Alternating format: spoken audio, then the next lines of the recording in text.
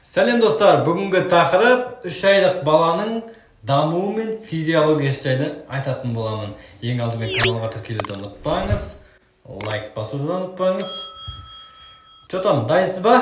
Мен де дайынмын, ендеше бастаймыз. Жындыма қандай массажист деп қалмаңдар. Мен сондай көңілді жүретін массажистпін. Балада 3 айлығында ерекше өзгерістер пайда болады.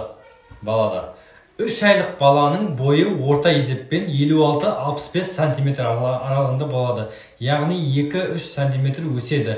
Салмағы 4-7-8 кг арасында болады. Айына 700 граммнан 800 граммға дейін қосады.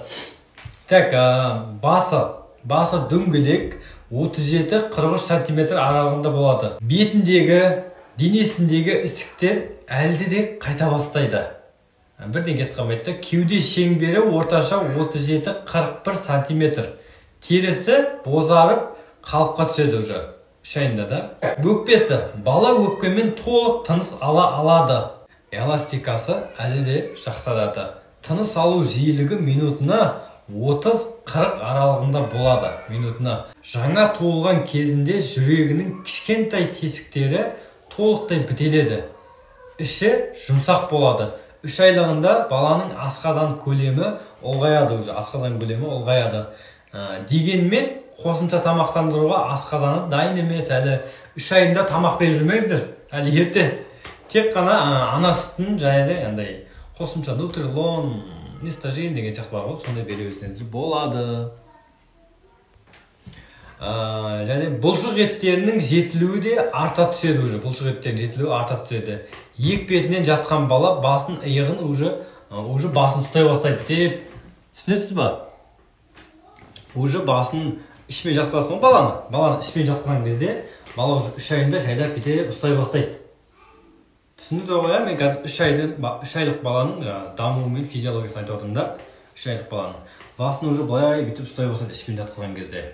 3 айында және бала 3 айында уже жайлап аунап бастайды бір қапталға. Прикинь? Егер бала перевес болмаса, балада слабость, әлсіздік болмаса, уже 3 айында бала жайлап аунап бастайды бір жаққа. Бір жаққа аунап бастайды. 3-4 айында қалып шығайды уже аунайды ғой бала. Түсіндіңіз ғой? Көбісі 3 айында бастайды жайлап бүйтіп аунайды. Немесе бала бір жаққа аунап бастайды. Түсінікті ғой да? Гипертонустары жазыла бастайды. Қол аяғы жазылып, еркін жататын болады. Уже гипертонустан жайлап 3-4 айында кете бастайды негізі. Құрметті аналар, естеріңізде болсын, егер бала уже 3 ай өтті, басын уже тік ұстай алмаса, олардың дамуында проблемалар туындауы мүмкін. Және оларды дәрігерлерге уже қарату керек. Баланы да 3 айында уже басын тік ұстамаса да. Түсіндіңіз ғой? Значит, бала уже 3 айында басын дұрыс ұстамаса, мысалы басын жаңа айттым ғой, басын жайлап ұстап бастау керек. Егер уже басын ұстамаса, значит балада әлсіздік бар, Д3 витамин жетіспеушілігі, балада рахиттің белгісі болуы мүмкін, балада слабость бар да. Түсіндіңіз ғой? Дәрігерге қаратасыз, невропатолог маманына. 3 айлық баланың тамақтануы. Баланы бұрынғыдай сұрағанша емзе беру керек. Бұрынғыдай сұрағанша емзе бересіз. Және де есте сақтайтын жағдай түнгі ұйқысы мен күндізгі ұйқысын ауыстырып алмау керек. Яғни баланы түнгі 23:00 мен таңғы 6:00-ге дейін емізген дұрыс. Үлкен дәреті 2-ден 5 ретке дейін шығады. 3 айлық нәрестелерде 2-4 күнде үлкен дәретке шығуы мүмкін. Егер нәжісі жұмсақ болса, іші ауырып, мазаланбаса, уайымдаудың қажеті жоқ. Бұл үш қатуға жатпайды. Түсіндіңіз ғой да? Дені сау ана сүтіне тойып отырған бала күніне 6-дан 10 ретке дейін зәр шығарады. 3 айлық баланың дамуы, көруі. 3 айында көзіне түскен заттарға ұзақ қарайтын болады уже. 50-60 сантиметр. Ой, епашамайды. Тиметр деп болғыш.